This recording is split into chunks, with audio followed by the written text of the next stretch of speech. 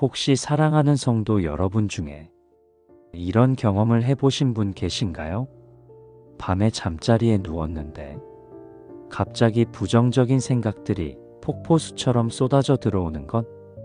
너는 실패자야. 너는 사랑받을 자격이 없어. 너의 미래는 어둡다. 와 같은 목소리들이 머릿속에서 계속 맴도는 것? 아니면 기도하려고 무릎을 꿇는 순간 갑자기 온갖 잡념들이 밀려들어서 집중할 수가 없는 것?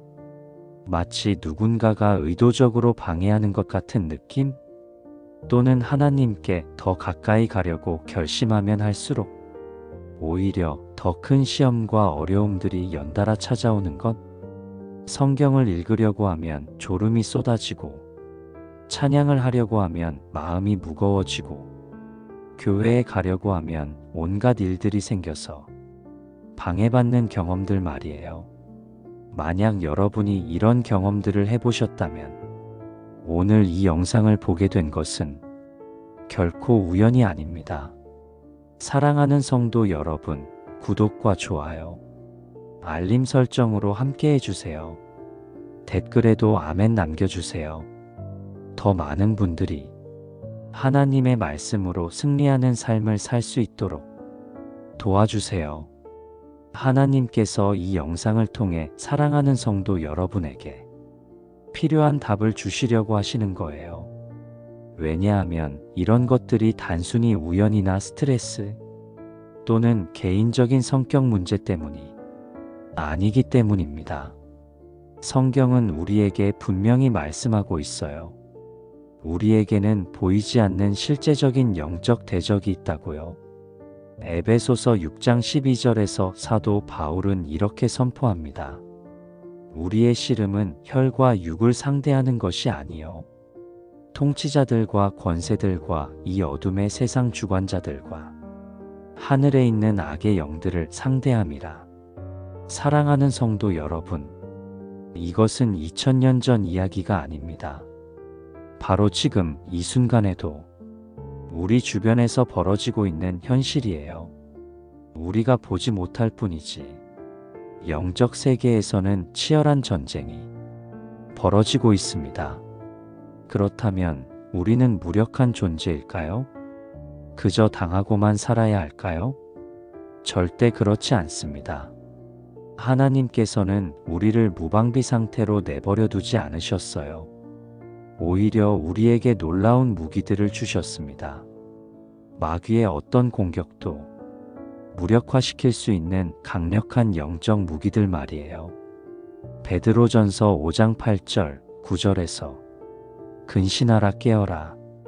너희 대적 마귀가 우는 사자같이 두루다니며 삼킬 자를 찾나니 너희는 믿음을 굳건하게 하여 그를 대적하라고 하셨습니다.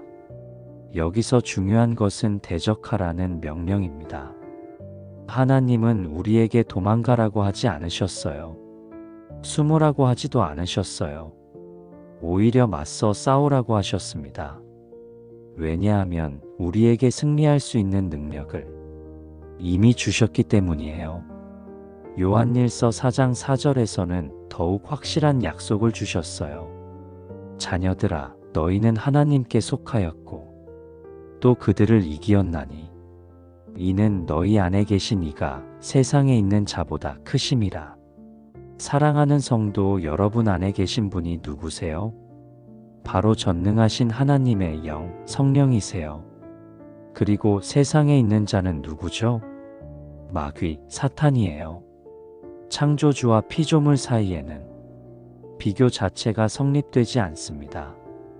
오늘 우리가 함께 살펴볼 9가지 구절들은 단순한 성경 지식이 아닙니다. 이것들은 하나님께서 우리에게 주신 실제적이고 강력한 영적 무기들이에요. 마치 군인이 총과 칼, 방탄복을 가지고 전쟁에 나가는 것처럼 우리도 이런 영적 무기들을 가지고 영적 전쟁에서 승리할 수 있는 거예요. 이 무기들을 제대로 사용하는 방법을 배우면 사랑하는 성도 여러분은 더 이상 마귀의 공격에 무력하게 당하지 않을 거예요. 오히려 담대하게 맞서서 승리하는 하나님의 용사가 될 수 있어요. 하지만 여기서 한 가지 중요한 사실을 말씀드릴게요. 이 무기들은 그냥 알고만 있어서는 소용이 없어요. 실제로 사용해야 효과가 나타나는 거예요. 마치 아무리 좋은 약이 있어도 먹지 않으면 병이 낫지 않는 것과 같아요. 그래서 오늘 저는 여러분에게 이론만 전달하는 게 아니라 실제로 어떻게 적용하고 사용할 수 있는지까지 구체적으로 알려드릴 거예요. 이 9가지 구절들을 어떤 상황에서 어떻게 언제 사용해야 하는지 자세히 설명해 드릴게요. 사랑하는 성도 여러분께 확신을 드리고 싶어요. 이 말씀들은 정말로 효과가 있습니다. 하나님의 말씀은 살아있고 활력이 있어서 좌우의 날선 어떤 검보다도 예리하거든요. 그리고 하나님의 약속은 절대 변하지 않아요. 그러니까 마음을 열고 집중해서 들어주세요. 그리고 이 말씀들을 여러분의 마음 깊이 새겨두세요. 오늘 이 시간이 여러분 인생의 터닝 포인트가 될 수 있어요. 준비되셨나요? 그럼 지금부터 마귀를 완전히 물리칠 수 있는 하나님의 강력한 무기들을 하나씩 살펴보겠습니다. 첫 번째로 살펴볼 구절은 야고보서 4장 7절입니다. 그런즉 너희는 하나님께 복종할지어다. 마귀를 대적하라. 그리하면 너희를 피하리라. 이 구절에는 마귀를 물리치는 2가지 핵심 원리가 들어있어요. 첫 번째는 하나님께 복종하는 것, 두 번째는 마귀를 대적하는 것입니다. 여기서 중요한 건 순서예요. 먼저 하나님께 복종해야 하고 그 다음에 마귀를 대적해야 한다는 거죠. 왜 그럴까요? 하나님께 복종한다는 것은 우리의 마음과 생각 그리고 삶의 주권을 하나님께 내어드린다는 뜻입니다. 마치 군대에서 지휘관의 명령에 절대 복종해야 하는 것처럼 영적 전쟁에서도 우리는 최고 사령관이신 하나님의 지휘하에 들어가야 해요. 그런 다음에 마귀를 대적하라고 하셨어요. 여기서 대적한다는 헬라어 원어는 안티스테미인데 이것은 맞서서 저항한다, 단호하게 반대한다 하는 의미입니다. 소극적인 방어가 아니라 적극적인 공격이라는 뜻이에요. 그리고 나서 하나님께서 약속해 주신 결과가 뭐예요? 그리하면 너희를 피하리라. 여기서 피한다는 것은 그냥 살짝 물러나는 게 아니라 완전히 도망가 버린다는 의미예요. 이게 바로 야고보서 4장 7절의 능력입니다. 하나님께 복종하고 마귀를 대적할 때 마귀는 반드시 우리를 피해서 도망가게 되어 있어요. 두 번째 구절은 에베소서 6장 11절입니다. 마귀의 괴계를 능히 대적하기 위하여 하나님의 전신갑주를 입으라. 사랑하는 성도 여러분, 전쟁에 나가는 군인이 무기도 없고 방어구도 없이 나간다면 어떻게 될까요? 당연히 패배하겠죠. 영적 전쟁도 마찬가지예요. 우리에게는 하나님이 주신 영적 무기와 방어구가 필요합니다. 마귀의 괴계라는 표현을 주목해 보세요. 마귀는 힘으로만 공격하는 게 아니라 교묘한 계략과 속임수를 사용한다는 뜻이에요. 그래서 우리도 하나님의 말씀의 지혜로 대비해야 하는 거죠. 그럼 하나님의 전신갑주는 구체적으로 무엇일까요? 에베소서 6장 14절부터 17절에서 자세히 설명해 주고 있어요. 첫째, 진리로 허리띠를 매는 것입니다. 진리는 하나님 말씀과 예수의 복음 자체를 가리킵니다. 마귀의 거짓과 혼란이 아닌 하나님의 말씀으로 삶을 단단히 묶어 준비한다는 뜻입니다. 우리가 진리의 말씀을 붙잡을 때 삶의 중심이 흔들리지 않습니다. 진리를 알지 못하면 모든 공격에 쉽게 무너집니다. 우리가 하나님의 말씀을 정확히 알고 있어야 마귀의 거짓말에 속지 않을 수 있어요. 둘째, 의의 흉배를 붙이는 것입니다. 의로움은 우리의 마음을 보호해주는 방어구예요. 죄를 멀리하고 거룩한 삶을 살 때 마귀가 우리를 공격할 틈을 주지 않게 됩니다. 셋째, 평안의 복음으로 발에 신을 신는 것입니다. 복음의 평안이 우리 발걸음을 인도해요. 어디를 가든지 평안을 전하는 자가 되는 거죠. 넷째, 믿음의 방패를 가지는 것입니다. 믿음은 마귀의 모든 화전을 막아내는 방패예요. 마귀가 쏘는 의심, 두려움, 시험, 유혹의 불화살을 꺼뜨리는 힘입니다. 믿음의 방패는 단순한 긍정이 아니라 하나님의 약속을 신뢰하는 확신입니다. 의심과 불신이 올 때 믿음으로 막아내야 해요. 다섯째, 구원의 투구를 쓰는 것입니다. 구원의 확신이 우리 머리를 보호해줘요. 나는 하나님의 자녀다. 나는 구원받았다 하는 확신이 있으면 마귀의 정죄감에 흔들리지 않아요. 여섯째, 성령의 검, 곧 하나님의 말씀을 가지는 것입니다. 이것은 우리의 공격 무기예요. 예수님도 시험 받으실 때 기록되었으되 라고 하시며 말씀으로 마귀를 물리치셨죠. 그리고 마지막으로 모든 기도와 간구로 성령 안에서 기도하는 것입니다. 기도는 우리가 하나님의 능력을 끌어내리는 통로예요. 사랑하는 성도 여러분, 매일 아침에 이 전신갑주를 입는 기도를 해보세요. 하나님, 오늘도 진리의 허리띠를 메어주시고 의의 흉배를 입혀주세요. 평안의 복음으로 발에 신을 신겨주시고 믿음의 방패와 구원의 투구로 무장시켜주세요. 그리고 성령의 검인 하나님의 말씀을 주시옵소서. 이렇게 기도하고 하루를 시작하면 어떤 영적 공격이 와도 능히 이길 수 있을 거예요. 세 번째 구절은 요한일서 4장 4절입니다.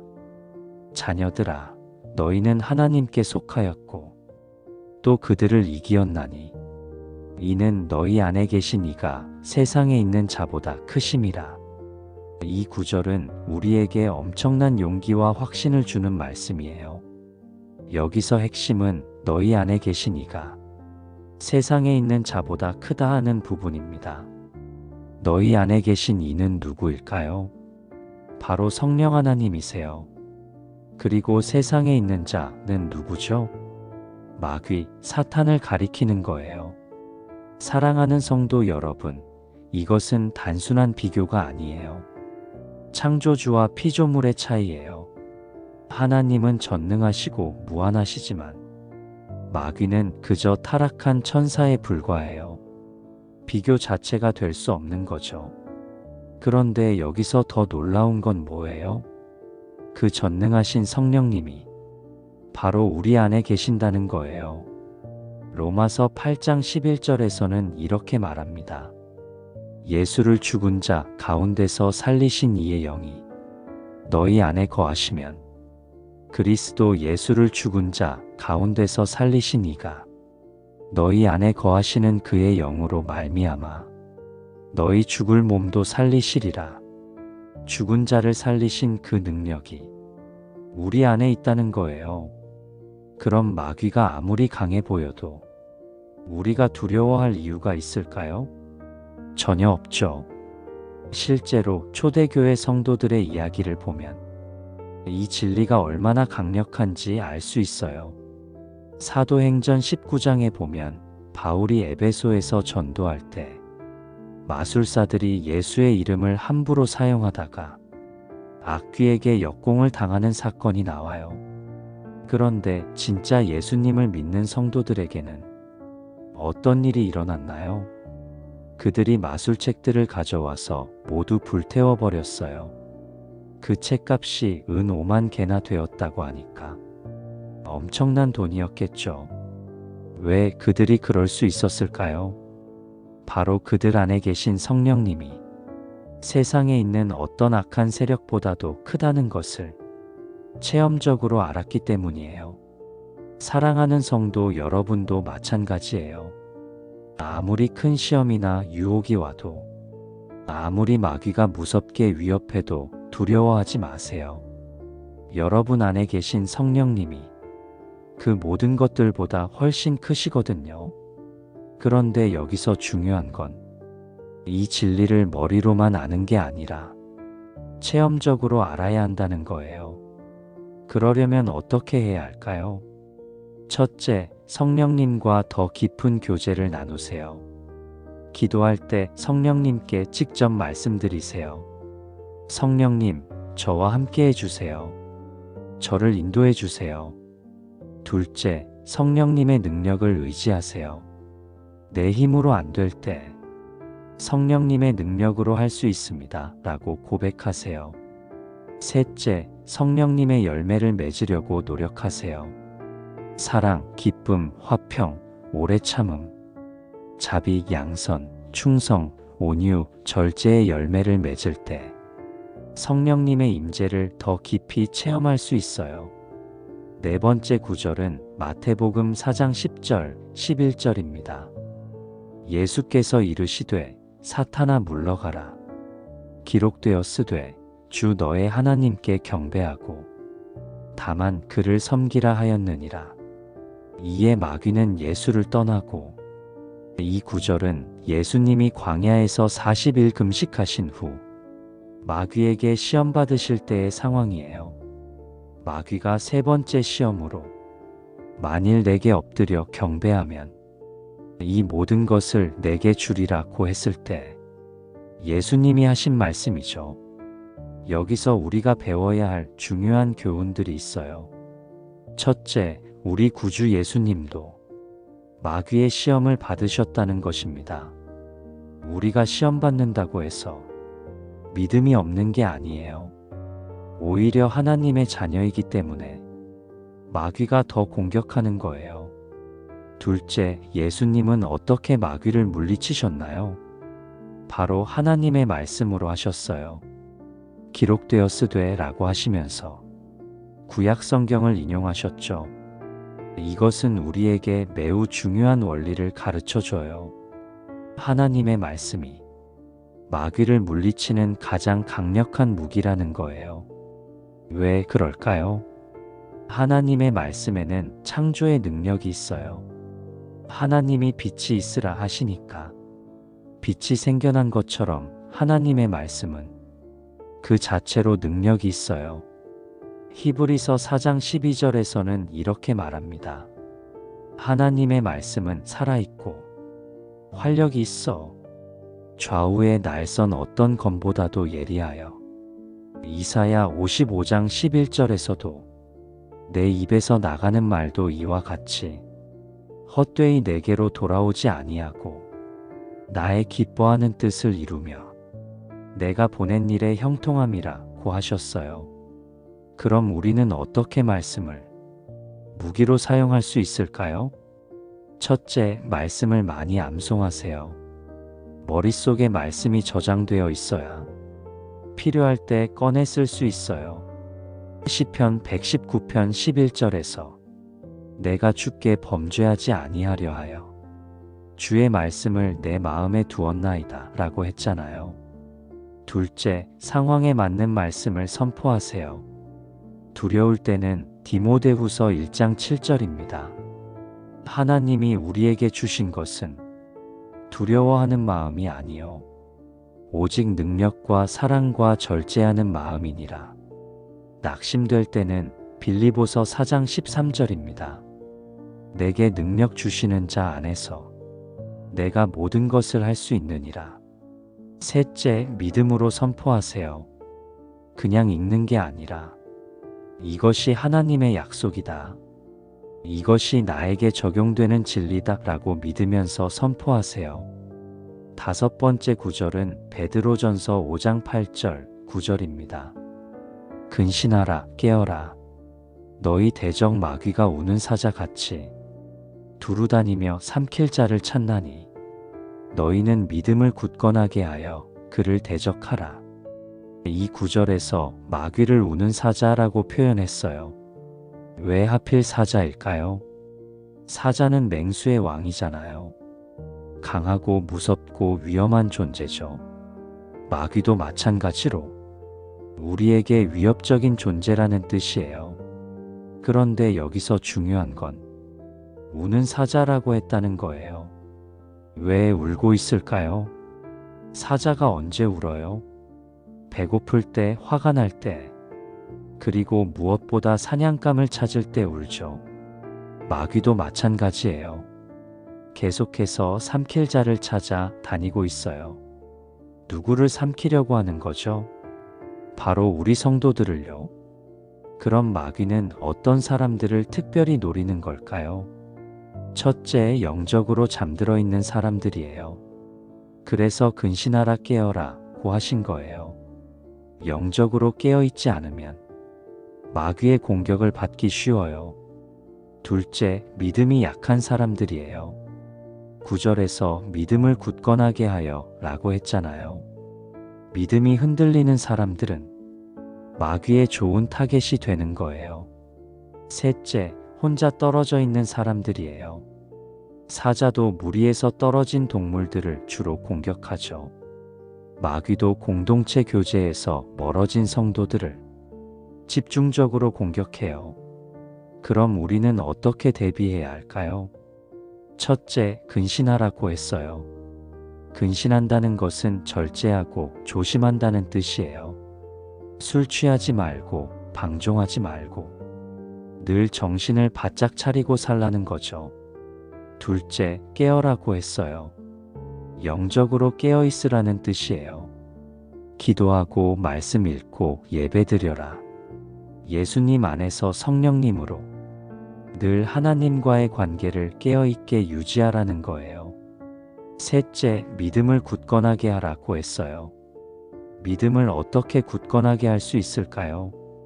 말씀을 통해서, 기도를 통해서, 성도들과의 교제를 통해서, 그리고 하나님의 은혜를 체험하는 것을 통해서요.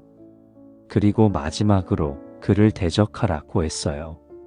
소극적으로 피하기만 하는 게 아니라 적극적으로 맞서 싸우라는 거예요. 여기서 중요한 사실 하나를 말씀드릴게요. 마귀는 우는 사자 같다고 했지 진짜 사자라고 하지 않았어요. 이것은 마귀가 허세를 부리고 있다는 뜻이에요. 요한일서 3장 8절에서 하나님의 아들이 나타나신 것은 마귀의 일을 멸하려 하심이라고 했어요. 우리 구주 예수님이 이미 십자가에서 마귀를 완전히 패배시키셨어요.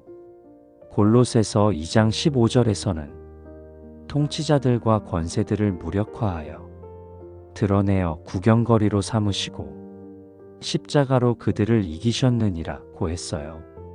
그러니까 마귀는 이미 패배한 존재예요. 다만 그 사실을 모르는 사람들을 속여서 계속 위협하고 있는 거죠. 마치 이미 항복한 적군이 계속 총을 쏘는 척하면서 허세를 부리는 것과 같아요. 우리가 이 진리를 깨달으면 마귀를 두려워할 이유가 전혀 없어요. 오히려 담대하게 사탄아 물러가라. 너는 이미 패배한 자다라고 선포할 수 있는 거예요. 여섯 번째 구절은 고린도후서 10장 4절, 5절입니다. 우리의 싸우는 무기는 육신에 속한 것이 아니요 오직 어떤 견고한 진도 무너뜨리는 하나님의 능력이라. 모든 이론을 무너뜨리며 하나님 아는 것을 대적하여 높아진 것을 다 무너뜨리고 모든 생각을 사로잡아 그리스도에게 복종하게 하니. 이 구절은 영적 전쟁의 진정한 전장이 어디인지를 보여줘요. 바로 우리의 생각이에요. 마귀의 주요 공격 대상이 우리의 마음과 생각이라는 거죠. 견고한 진이라는 표현을 주목해 보세요. 이것은 군사용어로 적이 구축한 요새나 방어선을 의미해요. 영적으로는 우리 마음속에 자리 잡은 잘못된 생각들, 거짓된 믿음들, 부정적인 사고 패턴들을 가리켜요. 예를 들어 이런 것들이 있어요. 나는 쓸모없는 사람이야. 하나님은 나를 사랑하지 않으실 거야. 나는 절대 변할 수 없어. 내 인생은 끝났어. 이런 생각들이 우리 마음에 뿌리를 내리면 견고한 진이 되어서 우리 삶을 파괴해요. 그런데 좋은 소식은 우리에게 이런 견고한 진들을 무너뜨릴 수 있는 하나님의 능력이 있다는 거예요. 그럼 구체적으로 어떻게 해야 할까요? 첫째, 잘못된 생각들을 분별해야 해요. 내 마음에 떠오르는 생각들 중에서 하나님의 말씀과 맞지 않는 것들을 찾아내는 거예요. 둘째, 그런 생각들을 거부해야 해요. 이것은 하나님께로부터 온 생각이 아니다. 나는 이 생각을 받아들이지 않겠다 라고 선포하는 거예요. 셋째, 하나님의 말씀으로 대체해야 해요. 잘못된 생각을 쫓아내는 것만으로는 부족해요. 그 자리에 하나님의 말씀을 채워 넣어야 해요. 예를 들어 나는 쓸모없는 사람이야 라는 생각이 들면 에베소서 2장 10절을 선포하세요. 아니다. 나는 하나님의 작품이요. 그리스도 예수 안에서 선한 일을 위하여 지으심을 받은 자다 라고 선포하는 거예요. 하나님은 나를 사랑하지 않으실 거야 라는 생각이 들면 요한복음 3장 16절을 선언하세요. 하나님이 세상을 이처럼 사랑하사 독생자를 주셨으니 이는 그를 믿는 자마다 멸망하지 않고 영생을 얻게 하려 하심이라 라고 선포하는 거예요. 이게 바로 생각을 사로잡아 그리스도에게 복종시키는 것의 능력이에요. 일곱 번째 구절은 누가복음 10장 19절입니다.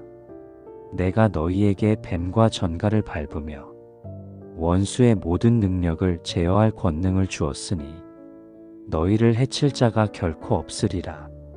이 구절은 예수님이 70명의 제자들을 전도 여행에 보내셨다가 돌아왔을 때 하신 말씀이에요. 제자들이 주의 이름으로 귀신들도 우리에게 복종하더이다 라고 기쁘게 보고했을 때 예수님이 그들에게 주신 약속의 말씀이죠. 여기서 뱀과 전갈은 무엇을 의미할까요? 당연히 실제 뱀이나 전갈을 말하는 게 아니에요. 영적인 의미로는 마귀와 악한 영들을 가리키는 거예요. 구약시대부터 뱀은 사탄을 상징했어요. 창세기 3장에서 사탄이 뱀의 모습으로 하와를 유혹했잖아요. 그리고 전갈은 고통을 주는 악한 세력을 상징해요. 그런데 예수님이 뭐라고 하셨어요? 내가 너희에게 뱀과 전갈을 밟을 권능을 주었다고 하셨어요. 여기서 밟는다는 것은 완전히 정복한다는 뜻이에요. 더 놀라운 것은 원수의 모든 능력을 제어할 권능을 주었다는 부분이에요. 여기서 제어한다는 헬라어 원어는 엑수시아인데 이것은 단순히 억누르는 게 아니라 완전히 지배하고 통제한다는 의미예요. 그리고 너희를 해칠 자가 결코 없으리라고 하셨어요. 결코 없다는 표현이 얼마나 강한 부정인지 아세요? 영어로 하면 nothing, shall by any means hurt you예요. 어떤 경우에도 어떤 방법으로도 해칠 수 없다는 뜻이에요. 그럼 우리는 이 권능을 어떻게 사용할 수 있을까요? 첫째, 이 권능이 우리에게 있다는 사실을 믿어야 해요. 많은 성도들이 이 진리를 모르거나 알아도 믿지 않아요. 그러면 하나님의 권능을 사용할 수 없어요. 둘째, 예수님의 이름으로 사용해야 해요. 이 권능은 우리 자신의 능력이 아니라 예수님이 주신 권세예요. 그래서 예수 이름으로 명하노니 라고 선포해야 해요. 셋째, 담대하게 사용해야 해요. 두려워하거나 주저하면 안 돼요. 왜냐하면 우리 구주 예수님이 이미 모든 권세를 우리에게 주셨기 때문이에요. 이것이 바로 예수님이 우리에게 주신 성령의 권능이에요. 우리는 이 성령의 권능을 가지고 있는 하나님의 자녀들이에요. 하지만 여기서 한 가지 주의할 점이 있어요. 이 성령의 권능을 자랑하거나 남을 지배하려고 사용하면 안 돼요. 누가복음 10장 20절에서 우리 구주 예수님은 그러나 귀신들이 너희에게 복종하는 것으로 기뻐하지 말고 너희 이름이 하늘에 기록된 것으로 기뻐하라고 하셨어요. 권능보다 더 중요한 것은 우리가 하나님의 자녀라는 정체성이에요. 권능은 하나님의 나라를 확장하고 사람들을 도우려는 목적으로만 사용해야 해요. 8번째 구절은 요한계시록 12장 11절입니다. 또 우리 형제들이 어린 양의 피와 자기들이 증언하는 말씀으로써 그를 이겼으니 그들은 죽기까지 자기들의 생명을 아끼지 아니하였도다.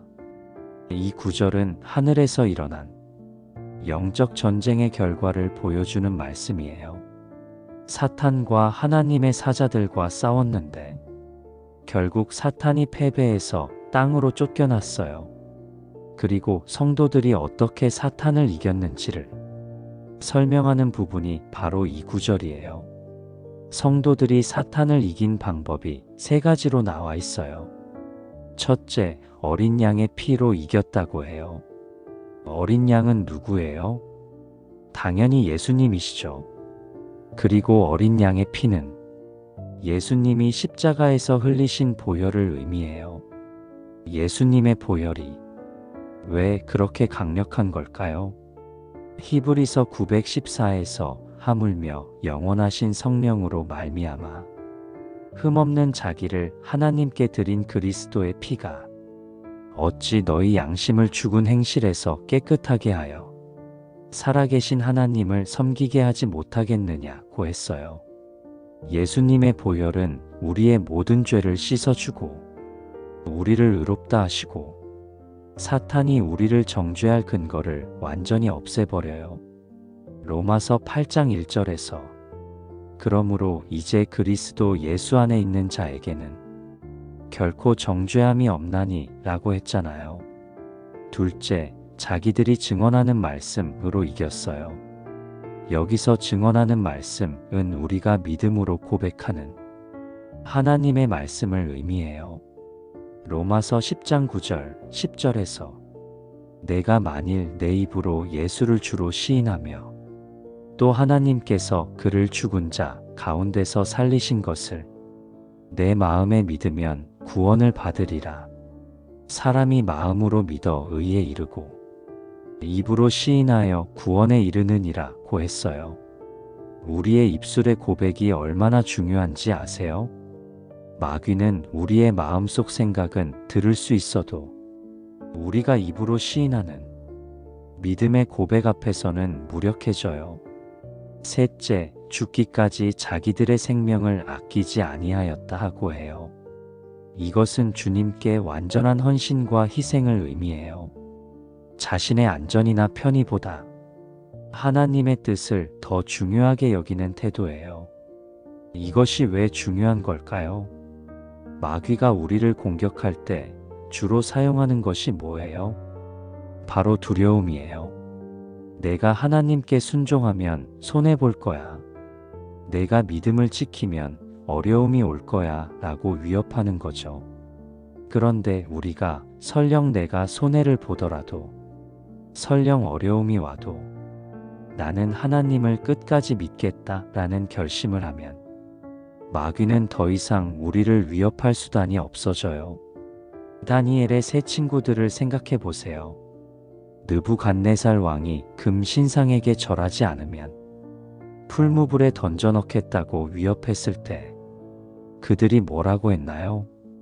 우리가 섬기는 하나님이 우리를 극렬히 타는 풀무불 가운데서 능히 건져내실 것이요. 그렇게 하지 아니하실지라도 왕이여 우리가 왕의 신들을 섬기지도 아니하고 왕이 세우신 금 신상에게 절하지도 아니할 줄을 아옵소서. 이것이 바로 죽기까지 자기들의 생명을 아끼지 아니하는 태도예요. 이런 결심을 가진 사람은 마귀가 어떻게 할 수가 없어요. 그럼 우리는 실제로 어떻게 이 세 가지 무기를 사용할 수 있을까요?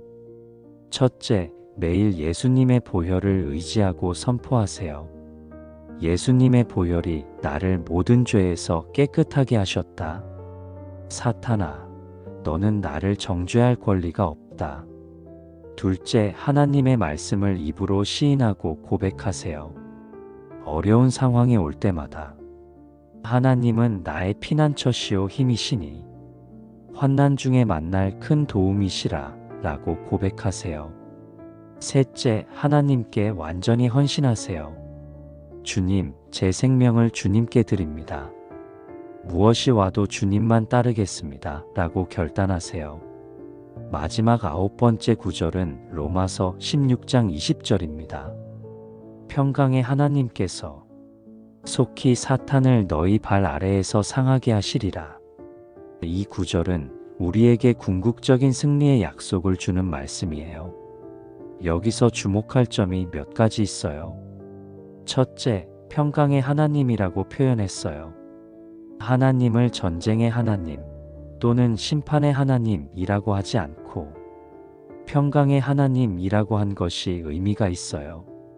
하나님의 본성은 평강이에요. 하나님은 우리에게 평안을 주시기를 원하세요. 요한복음 14장 27절에서 예수님이 평안을 너희에게 끼치노니 곧 나의 평안을 너희에게 주노니 내가 너희에게 주는 것은 세상이 주는 것과 같지 아니하니라고 하셨어요. 그런데 사탄은 우리의 평안을 빼앗으려고 해요. 두려움을 주고 불안하게 만들고 걱정하게 만들어서 우리의 마음에 평강이 없게 하려고 하죠. 그래서 평강의 하나님이 친히 사탄을 물리쳐 주시는 거예요. 둘째, 속히라고 하셨어요. 하나님의 시간표로는 속히예요. 우리가 보기에는 늦은 것 같아도 하나님의 관점에서는 속히 이루어질 일이라는 거예요. 베드로후서 3장 8절에서 주께는 하루가 1000년 같고 1000년이 하루 같다고 했어요. 하나님의 시간은 우리와 달라요. 그러나 분명한 것은 하나님이 약속하신 것은 반드시 이루어진다는 거예요. 셋째, 너희 발 아래에서 상하게 하시리라 고 하셨어요. 여기서 발 아래라는 표현은 완전한 승리를 의미해요. 고대 근동 지방에서 적을 발로 밟는 것은 완전히 정복했다는 상징이었어요. 여호수아 10장 24절에서 이스라엘이 가나안 족속들과 싸워 이겼을 때 여호수아가 군장들에게 와서 이 왕들의 목을 발로 밟으라 고 한 것과 같은 의미예요. 그리고 상하게 하시리라는 표현도 중요해요. 이것은 창세기 3장 15절의 약속과 연결되어 있어요. 내가 너로 여자와 원수가 되게 하고 너의 후손도 여자의 후손과 원수가 되게 하리니 여자의 후손은 내 머리를 상하게 할 것이요 너는 그의 발꿈치를 상하게 할 것이니라. 이것은 인류 역사상 최초의 메시아 예언이에요. 여자의 후손인 예수님이 사탄의 머리를 상하게 하실 것이라는 약속이죠. 그리고 이 약속이 이미 십자가에서 이루어졌어요. 골로새서 215에서 통치자들과 권세들을 무력화하여 드러내어 구경거리로 삼으시고 십자가로 그들을 이기셨느니라고 했어요. 예수님이 이미 사탄을 완전히 패배시키신 거예요. 그럼 왜 아직도 사탄이 활동하는 것처럼 보이는 걸까요? 그것은 사탄이 자신이 패배했다는 사실을 인정하지 않고 마지막 발악을 하고 있기 때문이에요. 마치 이미 항복한 적군이 계속 저항하는 것과 같아요. 하지만 결말은 이미 정해져 있어요. 요한계시록 20장 10절에서 또 그들을 미혹하는 마귀가 불과 유황못에 던져져서 거기서 그 짐승과 거짓 선지자도 함께 있어 세세토록 밤낮 괴로움을 받으리라고 했어요. 그러니까 우리는 이미 승리한 팀에 속해 있는 거예요. 우리가 할 일은 이미 확정된 승리를 선포하고 그 승리의 열매를 누리며 사는 거예요. 지금까지 9가지 핵심 구절들을 살펴봤습니다. 그런데 이것들을 단순히 아는 것만으로는 부족해요. 실제 삶에서 어떻게 적용할 것인가가 중요하죠. 첫째, 매일 아침 영적 무장 기도를 하세요. 일어나자마자 이렇게 기도하세요. 하나님, 오늘도 영적 전쟁의 날입니다. 하나님의 전신갑주로 저를 무장시켜 주세요. 진리의 허리띠, 의의 흉배, 평안의 복음 신발, 믿음의 방패, 구원의 투구, 성령의 검을 주시옵소서. 그리고 우리 구주 예수님이 주신 권세로 모든 악한 세력을 제어하게 하소서. 둘째, 부정적인 생각이 들 때마다 즉시 말씀으로 대응하세요. 미리 상황별 말씀들을 준비해 두세요. 두려울 때 디모데후서 1장 7절. 하나님이 우리에게 주신 것은 두려워하는 마음이 아니요 낙심할 때 빌립보서 4장 13절. 내게 능력 주시는 자 안에서 내가 모든 것을 할 수 있느니라. 외로울 때 히브리서 13장 5절. 내가 결코 너희를 버리지 아니하고 너희를 떠나지 아니하리라. 셋째, 정기적으로 말씀을 암송하세요. 특히 오늘 배운 9가지 구절들을 완전히 외우세요. 위급할 때 즉시 사용할 수 있도록 마음에 저장해 두는 거예요. 넷째, 성도들과 함께 기도하세요. 혼자 싸우려고 하지 마세요. 마태복음 18장 20절에서 두세 사람이 내 이름으로 모인 곳에는 나도 그들 중에 있느니라 고 하셨어요. 함께 기도할 때 더 큰 능력이 나타나요. 다섯째, 찬양을 무기로 사용하세요. 사무엘하 22장 4절에서 다윗이 내가 찬송 받으실 여호와께 아뢰리니 내 원수들에게서 구원을 받으리로다 라고 했어요. 찬양은 마귀를 쫓아내는 강력한 무기예요. 여섯째, 금식 기도를 하세요. 마가복음 9장 29절에서 예수님이 기도 외에 다른 것으로는 이런 종류가 나갈 수 없느니라 고 하셨어요. 때로는 금식 기도의 능력이 필요해요. 제가 목회하면서 많은 성도들이 이런 말씀들을 적용해서 놀라운 승리를 경험하는 것을 봤어요. 한 집사님은 20년간 공황장애로 고생했는데 야고보서 4장 7절 말씀을 붙잡고 매일 사탄아 물러가라 고 선포한 결과 완전히 치유되었어요. 한 청년은 포르노 중독에서 벗어나지 못했는데 고린도후서 10장 5절 말씀대로 모든 생각을 사로잡아 그리스도에게 복종시키는 연습을 날마다 한 결과 완전히 자유로워졌어요. 한 사업가는 사업이 어려워서 절망 중에 있었는데 로마서 16장 20절 말씀을 붙잡고 금식하며 간절히 기도하더니 그 결과 사업이 회복되었어요. 평강의 하나님이 사탄을 내 발 아래서 상하게 하신다. 사랑하는 성도 여러분도 마찬가지예요. 이 말씀들은 단순한 이론이 아니라 실제로 적용할 때 능력이 나타나는 살아있는 하나님의 말씀이에요. 혹시 지금 여러분 중에 영적 공격을 받고 있다고 느끼는 분이 계신가요? 포기하지 마세요. 사랑하는 성도 여러분에게는 이미 승리의 무기들이 주어졌어요. 혹시 오랫동안 해결되지 않는 문제로 고생하고 계신가요? 절망하지 마세요. 하나님은 예수님을 믿는 사랑하는 성도 여러분을 통해 그 문제를 해결하는 능력을 넉넉히 주십니다. 기억하세요. 사랑하는 성도 여러분은 이미 이긴 싸움을 싸우고 있는 거예요. 우리 구주 예수님이 이미 십자가에서 완전한 승리를 이루셨어요. 우리는 그 승리의 열매를 누리고 선포하기만 하면 되는 거예요. 이제 함께 승리의 기도를 선포해 보겠습니다. 나는 하나님의 자녀다. 예수님의 보혈이 나를 모든 죄에서 깨끗하게 하셨다. 성령님이 내 안에 계심으로 나는 능력이 있다. 하나님의 전신갑주로 무장된 나는 마귀의 어떤 공격도 이길 수 있다. 하나님의 말씀이 내 입에 있고 예수님의 권세가 내게 있다.